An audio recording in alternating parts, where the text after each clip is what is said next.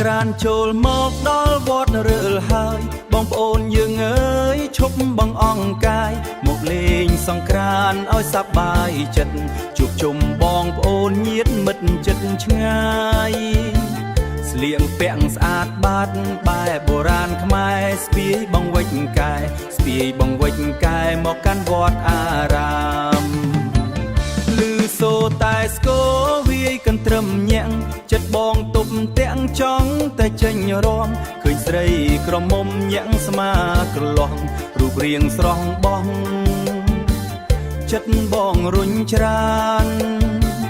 ឲ្យតែបានរំក្បែរមៀងមេសង្ក្រានវត្តរើលមិនឲ្យទំនេរភ្នែកអូ